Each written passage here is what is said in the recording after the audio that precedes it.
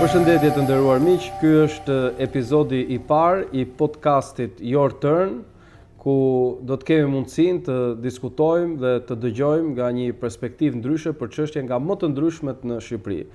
Është kënaqësi dhe privilegj i madh për mua që ta nisim këtë epizod me të nderuarin zotin Grant Van Cleef, i cili është dhe presidenti i Dhomës Amerikane të Tregtisë. Përshëndetje i nderuar, shumë faleminderit për pranimin e ftesës. Ju falenderoj shumë për ftesën. Shumë kënaqësi që e filloj me ju. Inshallah na shkon bar. Mendoj se po. Faleminderit shumë. Ky është një podcast i cili ka për qëllim të marrë një perspektivë ndryshe edhe jashtë politike, sepse shpeshherë politika edhe ka njashmëritë e veta, e majta, e djathta. Po përpara se të arrijmë tek diskutimi i thelbit të këtij podcasti, do doja edhe për qytetarët, të cilët mbase nuk ju njohin personalisht, unë kam pasur mundësinë dhe fatin që t'ju njoh edhe personalisht, të dinin diçka për ju. Cili ka qenë rrugtimi juaj drejt pozicionit sot si kryetari i Dhomës Amerikane të Tregtisë? Si nisi, si arriti deri këtu, si arritët deri në Shqipëri? Po. Do duhet shumë kohë, sepse kam ardhur për herë të parë në 91-shi. Pra kam në 91-shin keni ardhur për herë të parë në Shqipëri. Po. Nga 34 vjet, ajo moment deri tashti, unë të kem qenë banor në Shqipëri gjysmë për tyre, 16-17 vjet, në gjithse. 91 deri 95, pastaj prap 2002-2010 edhe prap edhe një herë nga 2021 deri tashti kam qenë. Por në secili rast me detyrë të ndryshëm ose mundësitë investim, përkushtim të ndryshëm. Në fillim kam ardhur me një shoqatë jo fitimprurës, lidhur edhe me besimin tim, por ishte të japim një kontribut në një Evropë lindore që ishte mes tranzicionin, kur unë mbarova shkollën e biznesit, e thash hajde mund të shkoj në ndonjë vend për 6 javë të ndihmojmë dhe shohim para se të filloj një karrierë. Edhe normalisht për hir të universitetit që kishte bërë Wharton School of Business në Universiteti e Pennsylvanias, ishte siç e ka bërë Musk, Trump, domethënë shumë prej tyre. Ishte përgatitur mirë për një karrierë në financë ose në pasuri me real estate, me pasuri pa luajtur. Por e thash hajde të ndihmoj nga pak, sepse nuk mund të vi pas 20 vjet e tham e kam arritur diçka në karrierë dhe pastaj do të ndihmojmë, sepse ajo moment historike e kyç nga tranzicion nga komunizëm për demokraci, është një rast e veçantë. E thash shkoj edhe ndihmoj pak, por 6 javë u bë 6 muaj, u bë 6 vjet. Po 6 vjet. Në këtë kuadrën e jo fitimprurës. Ju jeni marrë dhe me startupe? Në ajo kohë, jo. Jo.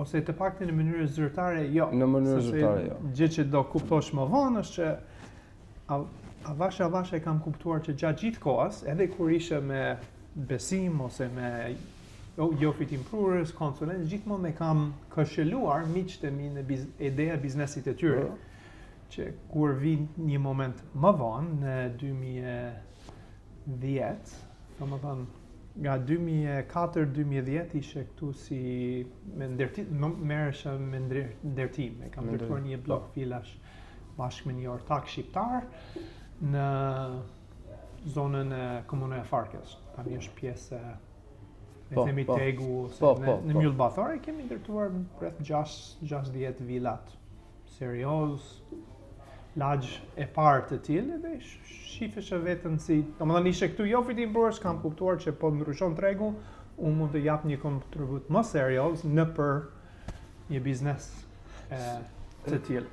Por kur kam qenë në 2008-2009 ra, botë e biznesi ishte në depresion, kriza ekonomike, kriza ekonomike.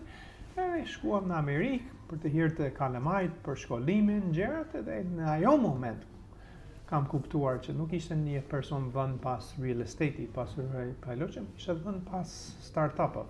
Ajo nisja parë si përmarrës, edhe qoftë në real estate, qoftë edhe në aktivitet jo fitimprurës, prap ishte një gjë, nuk ekzistonte një zgjidhje, duhet shpikur, duhet formohet televizion dhe kështu. edhe me qenë se ishe në Amerikë në 2010, domethënë rastësisht ishte mbjellur në Kaliforni, që është qendër e këtë punë, gjithë ajo Facebookut, Apple, Google, gjithë atje janë. Gjithë atje. Krijuar, shpikur. Edhe kisha fat që për 10 vjet ishte shumë angazhuar në këtë botë. Sipërmarrëse edhe marrim eksperiencat më të mirë në botë që ekziston. Por vite një moment që kalemajtë mik kishin mbaruar shkollën e mesme, si dhe universitetin, ishin gati për karrierën e tyre dhe nuk donin të rrinin atë në Kaliforni, ishin shpëndar vetë. Dhe unë dhe Nusën kemi kujtuar sa bukur ishte jeta këtu në Shqipëri dhe kemi thënë që mund të japim vime dhe ushtrojmë profesion në zonë ballkanike. Sa fëmijë keni? 3 fëmijë. 3 fëmijë. Janë moshën 29, 27 dhe 24 në këtë moment. Ç'mendim kanë fëmijët për Shqipërinë, si duket? Është e kanë shumë në zemër. E kanë shumë në zemër. Po. Janë rritur, kanë bërë shkollat fillore, 9 vjeçare këtu në Shqipërinë, por edhe tani që punon një në Evropë, një në lindje mesme, një në Afrikë, kanë ardhur këtu për vizitat rregullisht, edhe gjithmonë thonë, babi, nëse do mund të gjesh ndonjë punë që mund të bëjmë këtu, me gjithë kënaqësi do pranojmë ftesën të vim në Shqipëri të banojmë. Mund të pyes, çfarë mund të jetë një që ju motivon më shumë në angazhimin tuaj? Kush është motivimi kryesor i angazhimit tuaj kaq i fortë, si shtat ju kaq vite në biznes, në këtë sot presidenti thonë tregtisë që është një impenjim goxha i madh, goxha i fortë, do të kesh gjatë gjithë kohës merr informacion, do punosh, edhe stresi, një vend i huaj funditës, pavarësisht që në Shqipëri aq më tepër qoftë institucionet, po edhe njerëzit që vijnë nga Shtetet e Bashkuara për shkak të një dashurie që kanë shqiptarët për Amerikën, që është e pashoq, duhet të thënë, në gjithë botën. Çfarë është ai motivim që ju shtyn, që për gjithë të punë, për shpyrti shumë i mirë, Klevis.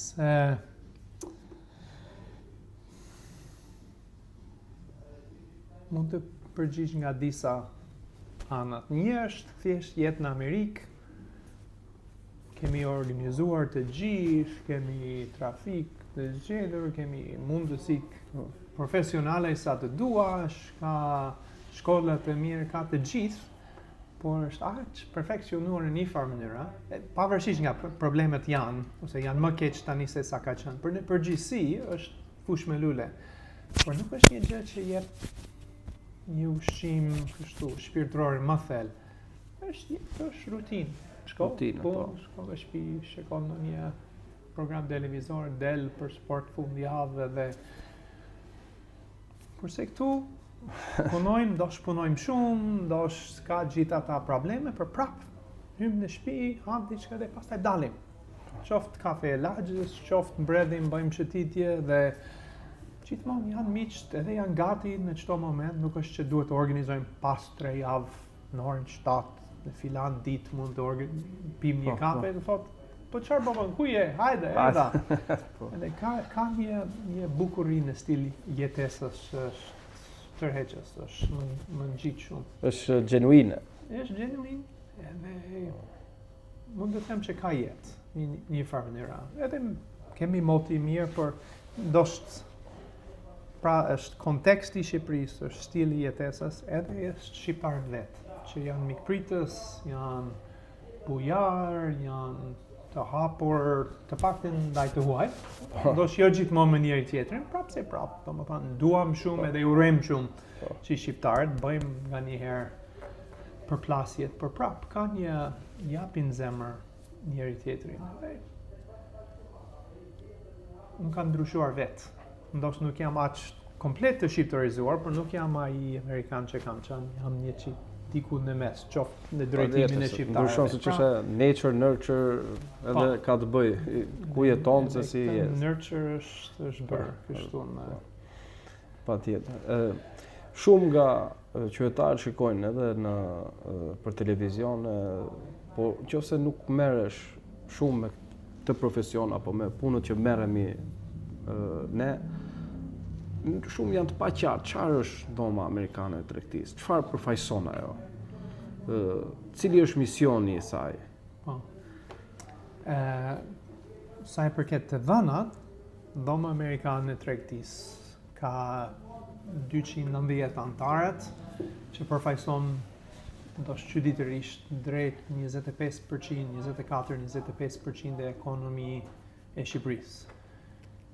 Që është në krahasim me faktin që Amerikë nuk është as në top 5 në 5 vendet më të lartë për investim direkt të huajt, por prap ideja është që botë e biznesi kombinohet me ndikim shumë i madh, ose edhe mbi peshën në ana geostrategjike, geopolitike. Edhe Shqipëri, rrugë e Elbasanit, ne themi çfarë thotë ambasadë amerikane, është shumë i rëndësishëm, edhe ata kanë pasur gjithmonë në vendet e tillë një ideja që duhet të angazhohemi në botën e biznesit.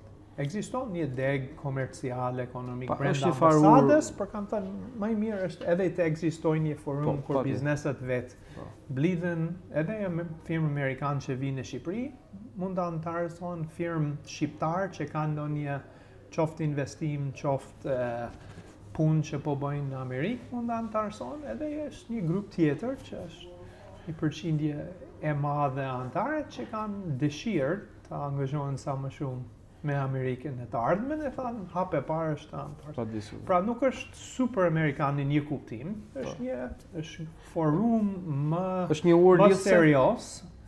Po, për i pari është thjesht një forum kur biznesat blidhen bashkë, vrasin mendjen edhe japin një ide shtetit, çfarë duhet të bëjnë. I japin konsulent super cilësor, meqenëse se përfaqësuesit tanë janë përfaqësuesit më të rëndësishëm të ekonomisë, edhe kanë thënë në vend të bëjmë lobim një nga një, bëjmë lobim nëpërmjet ndonjë grup, edhe kanë saktuar dhomë amerikanë si ajo grup.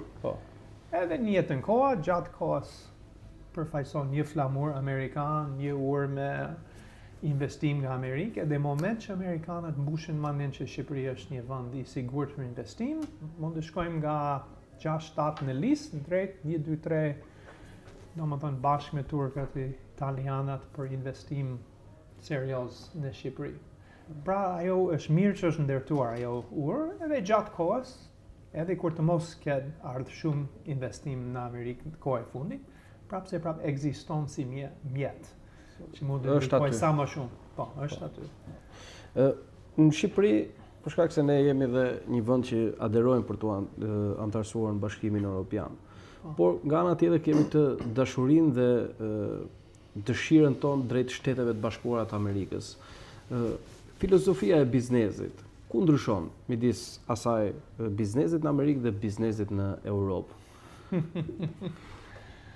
Do shme ke dëgjuar në për konferencët, sepse jam një qik dikush që të duhet të stimuloj Evropën të jetë më inovator se sa është. Kjo është pikë kryesore.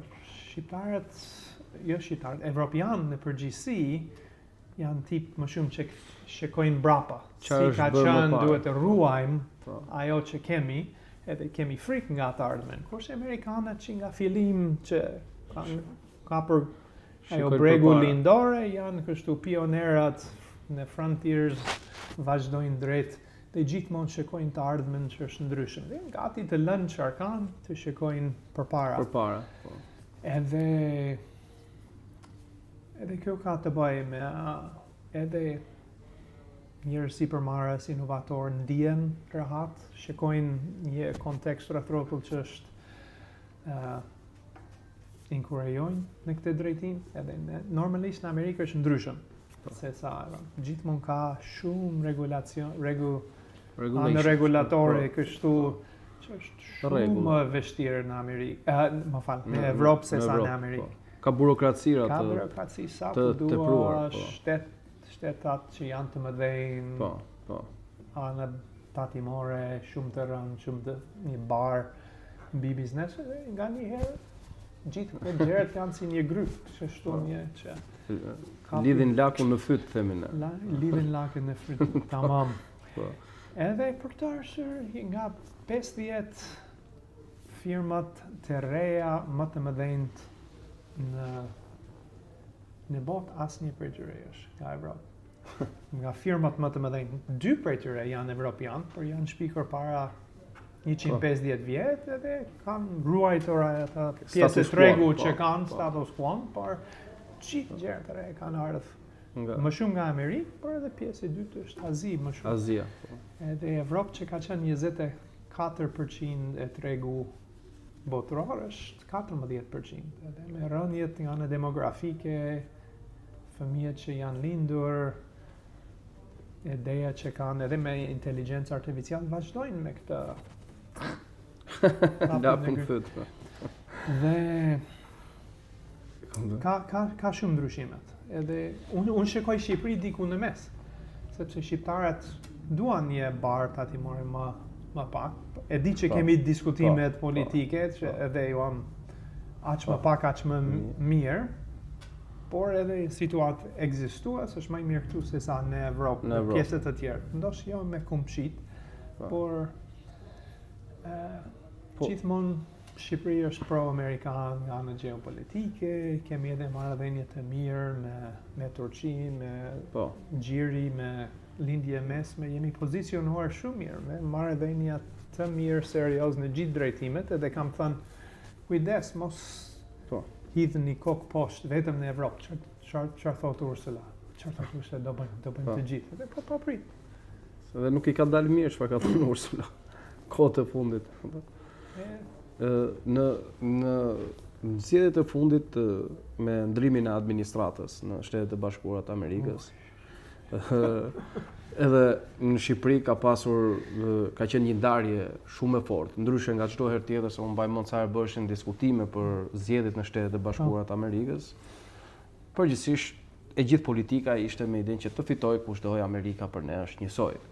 Në vitet e fundit kishte një ndarje aq të thellë edhe në Shqipëri, patjetër në Amerikë, por edhe në Europë, kishte një frym në televizor që dukej sikur ishte e pamundur ndrimi i këtij pushteti, por që në realitet pastaj në të vërtetë u tregua që e djathta republikanët korrën një fitore ndër më historike, ndër më të thella në Shtetet e Bashkuara të Amerikës.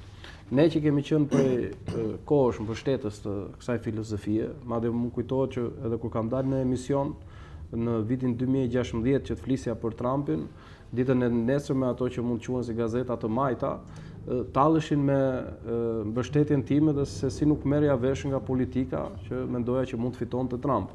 Ndërkohë më pas dolën ato që dolën, por dhe e njëjta gjë u përsërit dhe sot. Çfarë është dhe në mendimin tim është shqyqur që ndodhi. Por çfarë është sot, si thua, ndryshimi më thelbësor që ka sjell Trump në administrata e re në Shtetet e Bashkuara të Amerikës? Është një tërmet masiv, nuk është vetëm një gjë, është pothuajse në të gjithë drejtimet, po gjërat po ndryshojnë. Edhe disa që janë ata që ishin rënjosur në pushtet, edhe në drejtimin e ekonomisë, drejtimin e anë regulatore e gjithë ata gjërat, ai ka hequr të gjithë një nga një dhe ka futur një frymë e re. Gjë që do duhet koha, por edhe brenda një vit nuk kemi parë një ndryshim kaq masiv. Ndoshta në gjithë historinë e Amerikës. Janë ndryshimet me shëndetësore, ndryshimet në mënyrën që trajtohet ushqimin, ndryshimet në anë regulatore financiare, mundësit të ndryshëm, ekspertët që kanë ardhur nga jashtë, që kanë jo nga jashtë, por nga jashtë qeveria, që kanë qenë në tregë, kanë ardhur dhe japin një kontribut shumë serioz. E di që mund të them të majtën, por është në përgjithësi ajo sistem, unë themi rënjosur, deep state-in, që përfshin dhe media, që në përgjithësi kemi problem dhe media zyrtar është flak majtas. Po.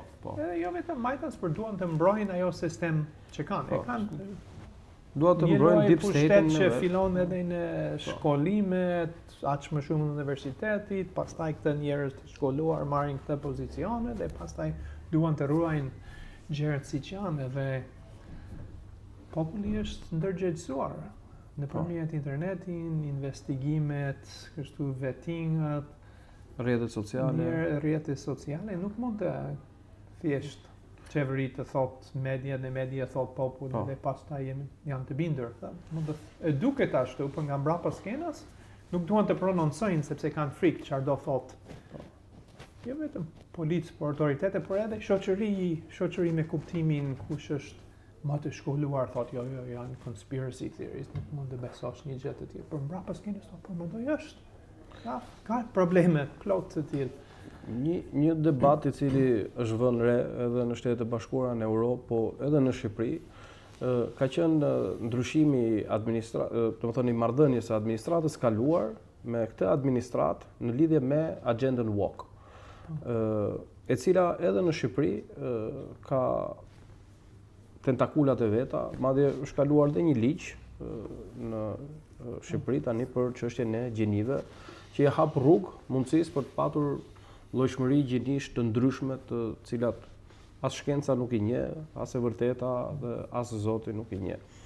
Në këtë aspekt, ju sa kërcënuese e shikoni për një shoqëri, nëse e shikoni si tillë këtë agjend, qoftë në Shtetet e Bashkuara të Amerikës, por duke lidhur edhe me Shqipërinë si një njeri që tani më jetoni këtu njësoj si. Unë shikoj si shumë kërcënues për një shoqëri. I pari sepse duan të kanalizojnë mendimet ndryshëm në një gjë që thuhet, domethënë ajo pozicion zyrtar, që çdo njeri që është jo racist ose është jo kështu duhet të ketë këtë prirje. Edhe këtë mentalitet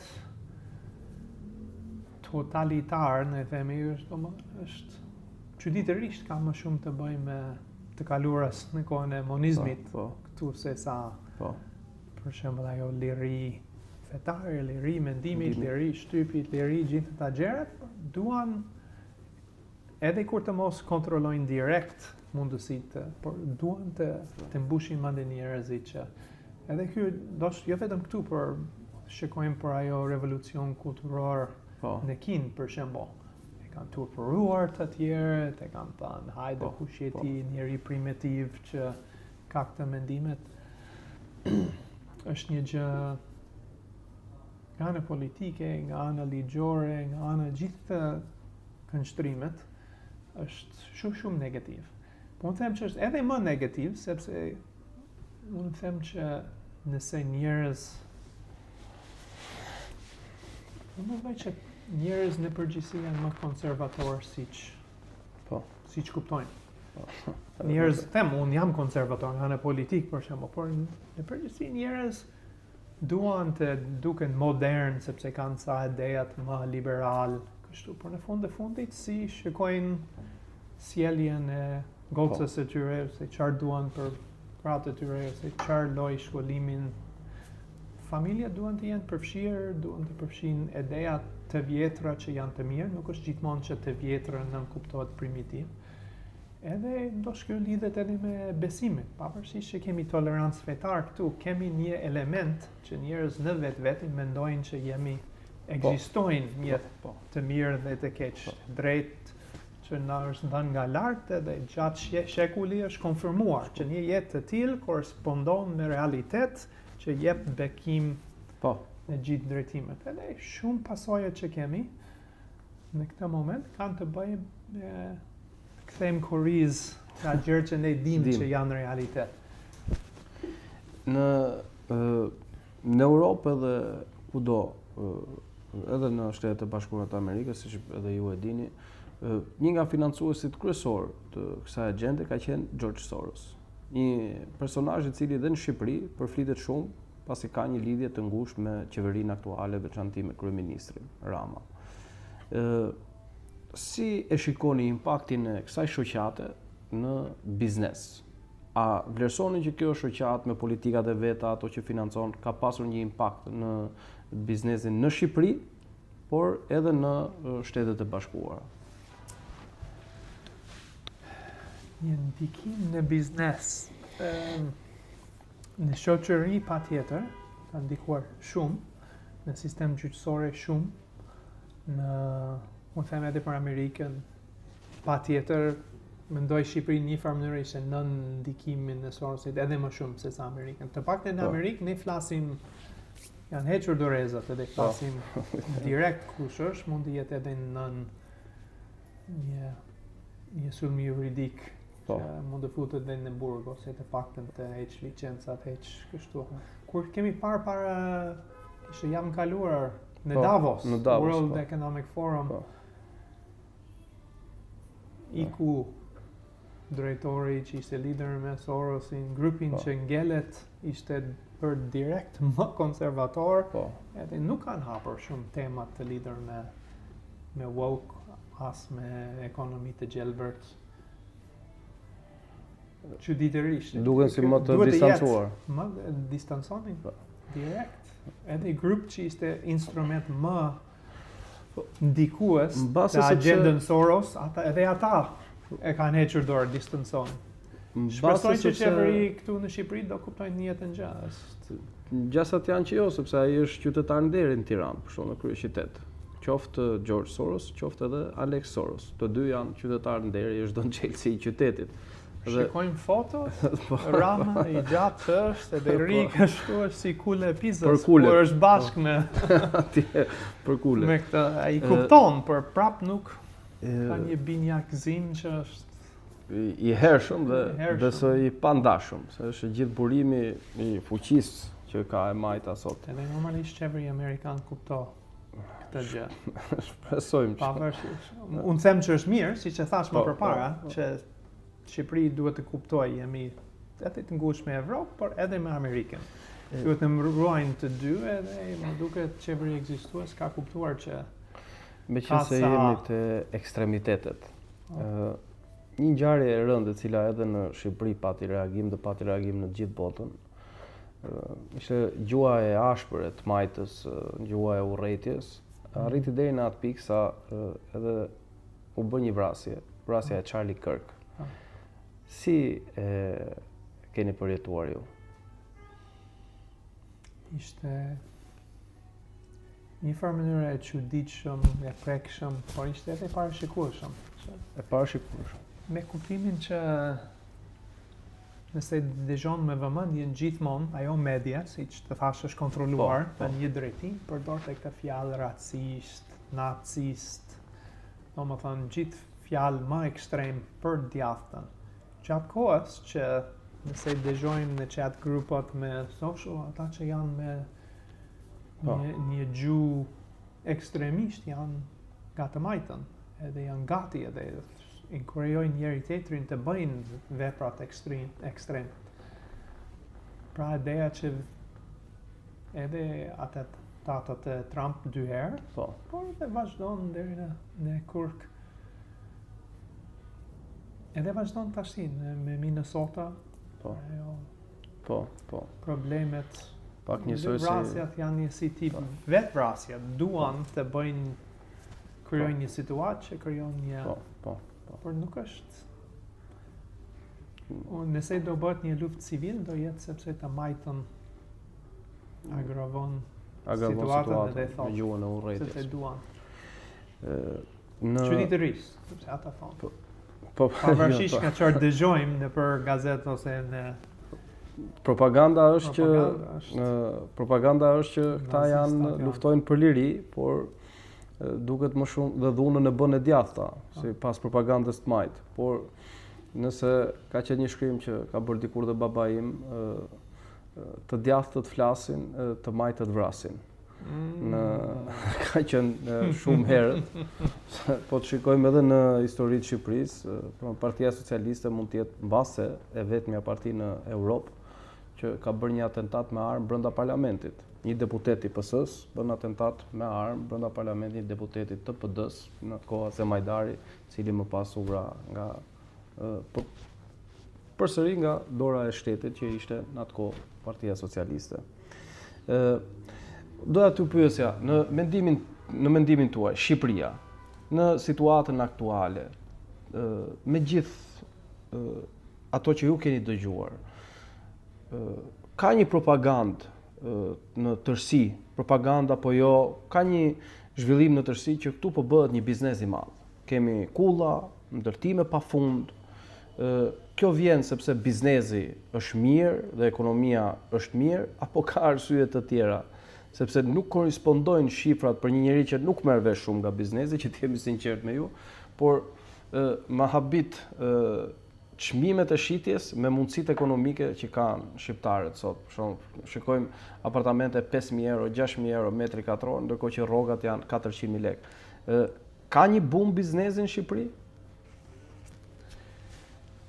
Unë ndoshta kam dy përgjigje e kësaj. Një që ndoshta si të djathtë, ndoshta nuk, ose ndoshta është diçka jo politike. Nga ana si shqiptare, çfarë duam të lulizohet këtu, mund të shikojmë që jemi në një fazë relativisht e mirë, ndoshta shumë të mirë për Shqipërinë, me kuptimin që botën ka kuptuar sa bukur është vendin, sa mundësi turistike ka, sa shijueshëm është ajo stili jetesës që thash, që ka jetë këtu në Shqipëri. Dhe kjo nuk ka të bëjë me majtën ose djatën, si një popull mesdetar, me moti mirë, me një klima, lojë dashuri, gjithë të gjërat, resurset pafundme.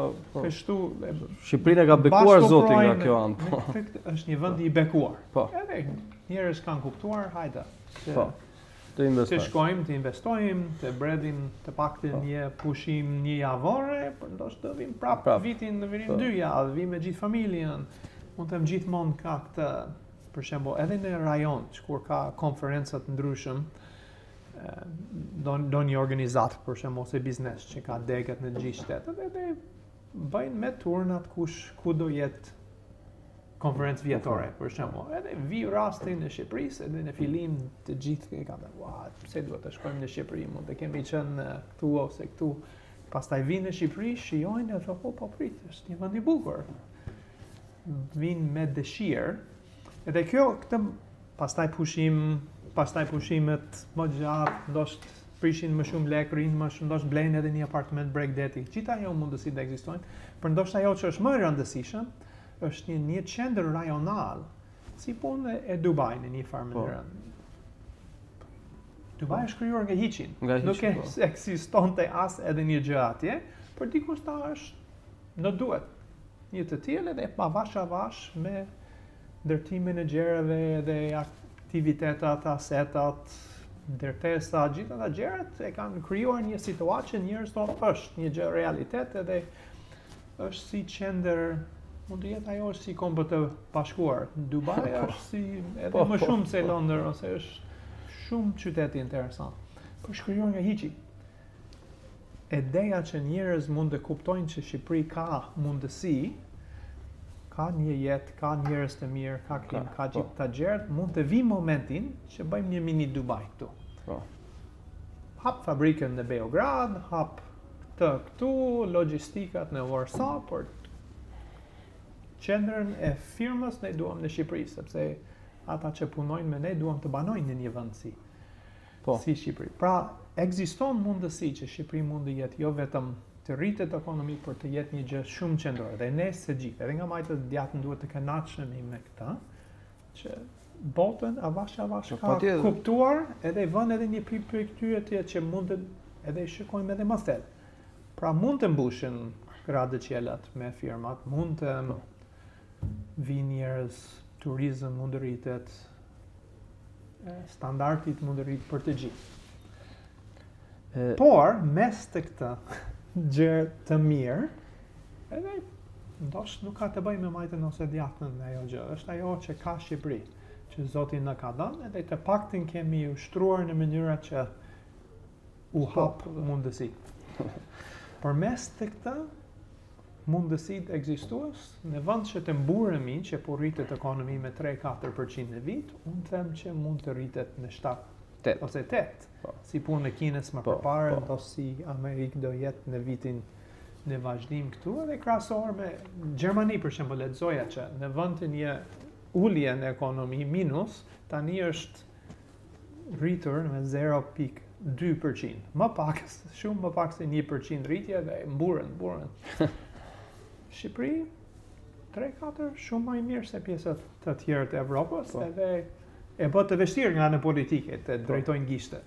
Në partinë në fuqi që ka shërbyer në këtë mënyrë që vinë këtë bolla punë. Por unë them që mund të dufishohet shumë lehtë me një administrim më serioz, me një lirimin anë biznesit, me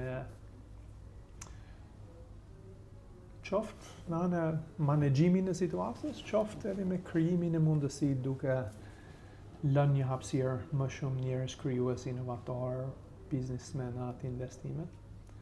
Edhe një pikë i tretë është që shumë një pjesë e investimet që janë nuk përputhen me tregu ose me tregu. Janë nuk diskutohet, ka të bëjë me një fluks kapitalësh që nuk buron nga biznesi vetë, as nga punë me ndjers si murator në Athinë. Ka një element që pjesë që njerëz vinë, çojnë lek këtu edhe avash blejnë një hyrje, por nëse janë 50.000 apartamentat bosh në Tiranë, nëse janë dhënë lejat për një 30 kula të tjerat, nuk jemi shumë efikas në ushtrimin e ekonomisë këtu. Me qenë se dolëm të këta muratorët nga Athina, që dalin miliarderë në Shqipëri, besoj ju i keni ndjekur që ka dy çështje shumë të mediatizuara, janë në hetim, siç është rasti i Akshit, ku janë të dhënat personale, pjesë e sigurisë kombëtare që është vërtetuar tani, po hetohet që ka pasur ndërhyrje, qoftë edhe nga kartelet të drogës. Nga ana tjetër kemi zëvendës kryeministrën që është nën hetim, refuzon të largohet, qeveria po ndërhyn që asaj mos i hiqet imuniteti, mos pezullohet dhe gjithçka tjetër. Sa ndikon kjo lloj qeverisje dhe gjithë kjo rëndesë aferash nga më të ndryshme në biznes dhe në imazhin e Shqipërisë për të thithur investitorët huaj që të ecë ekonomia dhe ndikon shumë negativisht, çfarë them. Unë nuk dua të kuptoj. Unë jam një person që dua të investoj, jam edhe në pozicion si presidenti i dhomës, është një pozicion jo politike, por ideja që edhe evropianët dhe amerikanët kanë thënë duhet reform, duhet zbatuar gjërat, kontakt që kanë pasur me SPAK, unë shikoj punë që po bëjnë me zemër edhe me një seriozitet. E shikoni pozitivisht? Pozitivisht. Nuk jam specialist e kësaj punë, nuk jam futur thellë, por kontakt ka qenë edhe më duket ata janë qartë që dosjet e tyre në rastet e tillë janë qepë për mirë dhe është bërë punë siç duhet edhe konkluzionet janë të vërteta. Pra, nëse nuk zbatohen, nuk kuptohet që kemi një problem tjetër. Edhe kjo si imazh i shtetit në përgjithësi nuk është mirë, por edhe nuk është mirë për investime. Nuk do vini një vend nëse drejtësia nuk zbatohet. Normale. Ose duhet edhe korrupsion të bësh gjë, edhe kur të pagosh rishfet që nuk rekomendohet, por nëse një bën prap, nëse shteti bën sipas qefit lën shumë pikë pyetje dhe më mirë të mos dihesh. Pavarësisht sa bukur është, sa kështu, them më mirë shkojmë në vend tjetër. Tani kam dhe një pyetje të fundit të këtij episodi të parë. Cili është një mesazh që keni ju për qytetarët shqiptar dhe në veçanti për trit shqiptar, të cilët në masë fatkeqësisht po largohen nga Shqipëria. Ju si një njerëz që keni zgjedhur të vini në Shqipëri, cili është një mesazh i tyre në lidhje me aktualitetin në Shqipëri, po dhe atë çfarë mund ta presë Shqipërinë në të ardhmen?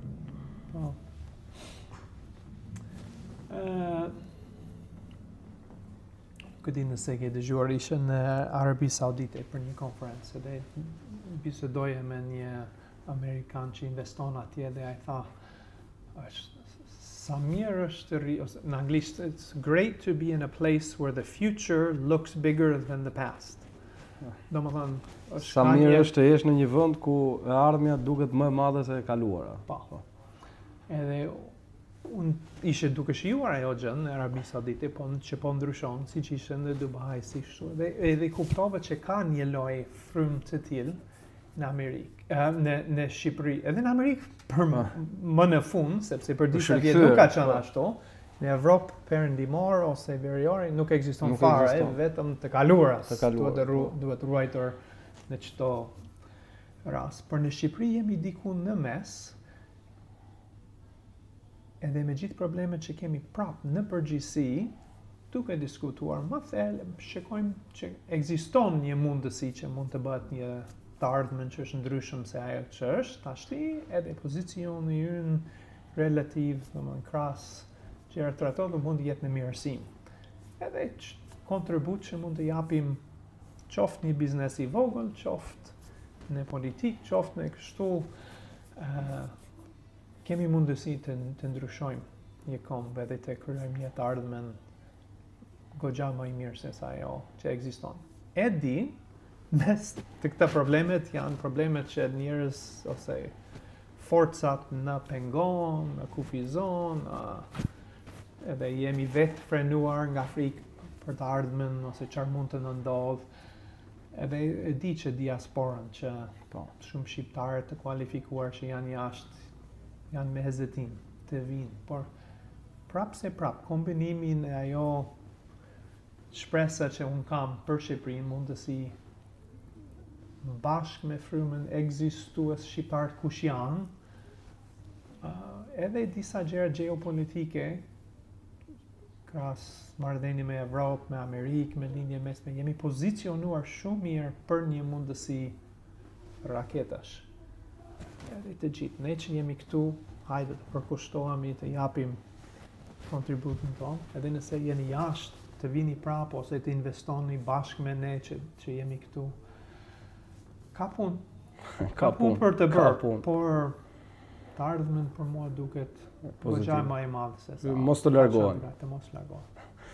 Nderuar, unë të falenderoj shumë për këtë intervistë, edhe qytetarët që na ndjekin, dua t'i them që të bësh intervistë në gjuhën shqipe për dikë nga Amerika kaq mirë, e flisni shqipen më mirë se ca deputet që janë në parlament, vërtetës. Ju falenderoj shumë. Kur të mos jetë vërtet. Jo, është e vërtetë dhe janë dakord të qytetarët. Ju falenderoj shumë për këtë dhe do kemi mundësi shpresoj edhe herë të tjera. Patjetër. Shumë faleminderit. Gjithë të mirë.